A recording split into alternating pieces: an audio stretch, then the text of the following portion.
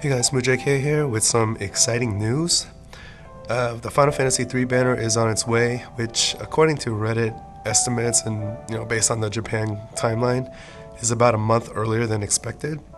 The reason I'm excited about this one is because there's a couple of top tier units on this banner. After having an underwhelming Halloween banner for 2 weeks, I think everyone's going to be happy to get this banner on our way. So let me just get into the general details and we'll dig deeper afterward. So the first unit is a base 5-star unit named Luneth. Goes to 6 stars, and this is going to be one of the best attackers in global for a while. He's very similar to Lightning without the elemental attributes, and again we'll get into it more, but we'll go over the Trust Masteries for now.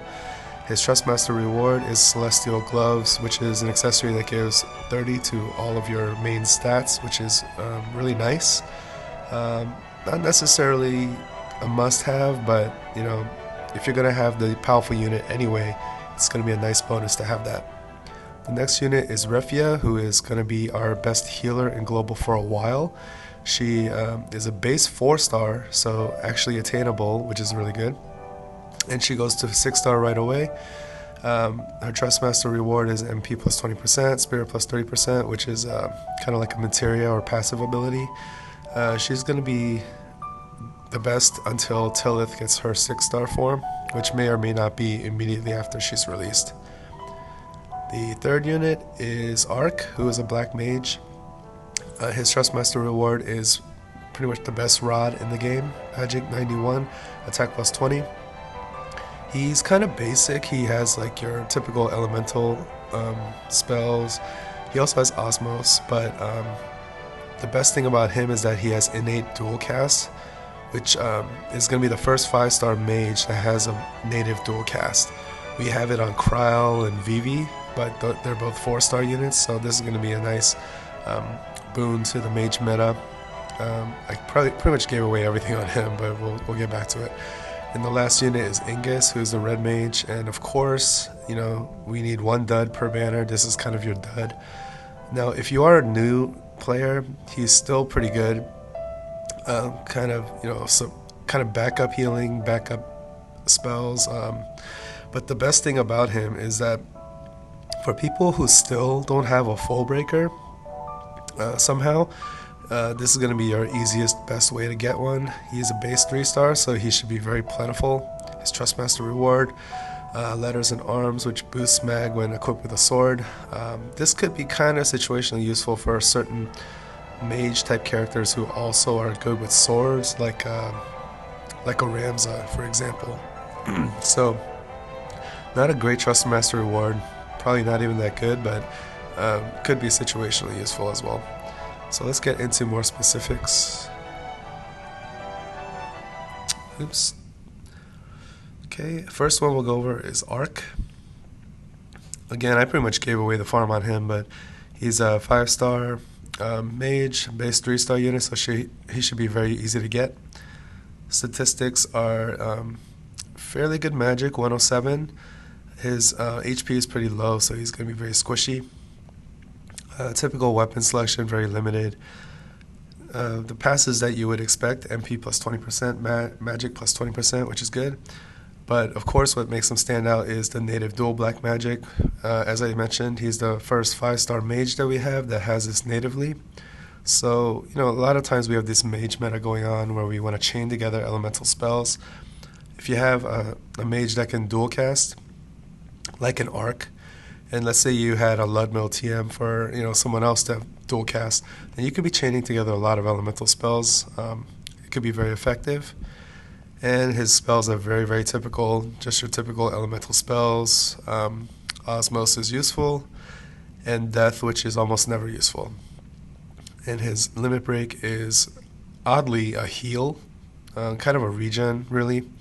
And it increases magic by 40% to all allies, which is redundant with focus. So, not great, but overall he can be pretty useful if you want to chain together a lot of spells with mages. Ingus, as I mentioned, is the dud, but again, still useful for some people. His attack is pretty decent, 102. It's about average, a little bit over average, I guess. He doesn't have good weapon selection, but he is able to use regular swords for like enhancer if you wanted to give it to him. He has good passives: magic plus 20, HP plus 20, attack plus 20, which he'll need every drop of. He recovers MP with convert, but he reduces his HP to 1. Now this could be useful if you're casting a lot with him and he's running out of MP, and then you do this and he's back up to full, but you just need to pop a heal on him with someone else and he could be back, back to full.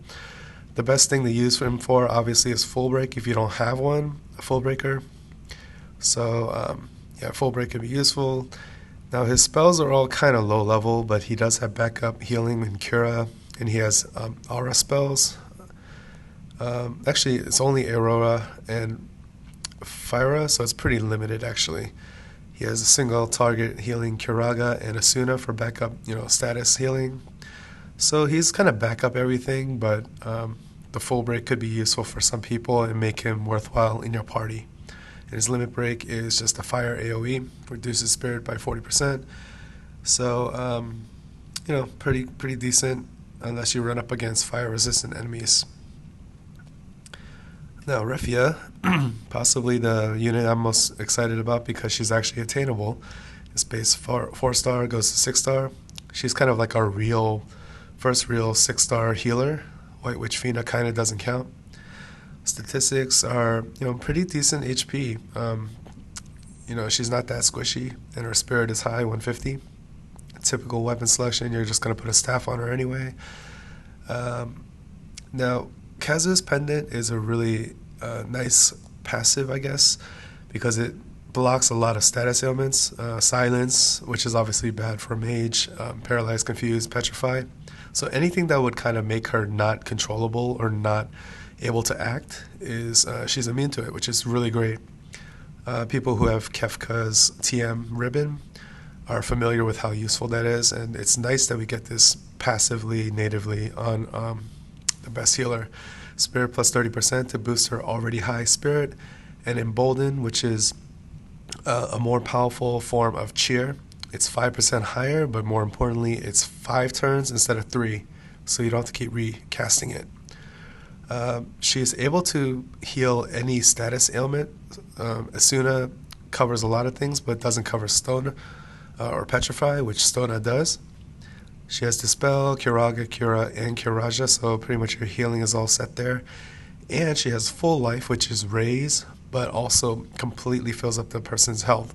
So if you have a weak, squishy character that keeps dying, and then you raise them, dies again to the boss's AoE or whatever, it can be very annoying and waste turns. But with Full Life, that dead character has a real chance of reviving and staying alive. So it's very useful. And it's only 20 HP. Wow, that's really good. And the Limit Burst is probably the only disappointment.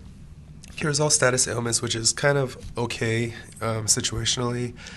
There's not too many situations where you would have multiple party members, inflicted with real bad status ailments. But I guess there are some moments you would. And it increases defense, which is redundant with Embolden. It is actually a little bit weaker, so Embolden would be better. I would much rather have a healing limit break here, but even so, Refia is an excellent healer and will continue to be so for a very long time. I don't know if Tillith gets her 6-star right away, but if she doesn't, then Refia is going to be the best healer even after Tillith is released. But the way things are going, I think Tillith is probably going to get her 6-star fairly early when she comes out. And Luneth, for all you people like me who didn't get Lightning, this is kind of like your next best thing. Base 5-star, which is unfortunate, which means that most of us are not going to get him. But he has a lot of similar characteristics to Lightning, minus the elementals. So good HP, good attack, 146. Somewhat limited equipment selection, but has pretty much everything that is of note, like regular swords, enhancer for the great swords, Excalibur, and the katana. There's like Sakura Fubuki and Chirachiraden and so forth. So he has pretty much all the weapons that he needs. Counter, which is kind of underrated. I'm starting to appreciate that more after using Demon Rain. Hit All is the improved version of Blade Blitz, and this is exactly like Lightning's AoE attack. So he has AoE covered, HP plus 20, Swordmaster attack plus 20 when equipped with a sword, which is great.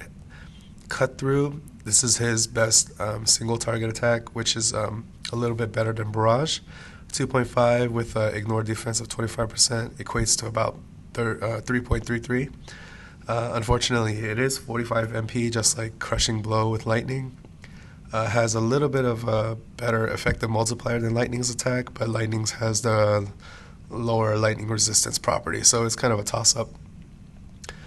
He also has a nice passive that blocks a lot of these status ailments. Instead of Silence, it blocks Blind, so which is more pertinent to a physical attacker, obviously. So that's really great. Auto refresh, pretty typical for a 6-star nowadays. Attack plus 30%, which is a monster passive if you consider that he also has the 20% for Swordmaster. Advance, another way to increase his attack more if you're willing to take that defensive hit. And then Dual Wield, which is what makes him very similar to Lightning. He has a native Dual Wield. So if you can't get Lightning, or if you haven't gotten Lightning, then Luneth is your next best thing. Dual Wield makes almost anybody a monster, but coupled with his passives and his good AoE and single target attacks, he's a monster. His limit burst is okay. 2.9 is actually effectively a little bit lower than his single target regular skill, but it does have the reduced defense property, which if you're not using a full breaker could be very useful, but not too impressive, but still overall pretty useful, especially the fact that you're saving, you're not using 45 MP to attack a single enemy. So I really hope I get Luneth. I'd be super excited if I did, but I'm at least going to make sure that I get a Refia as well.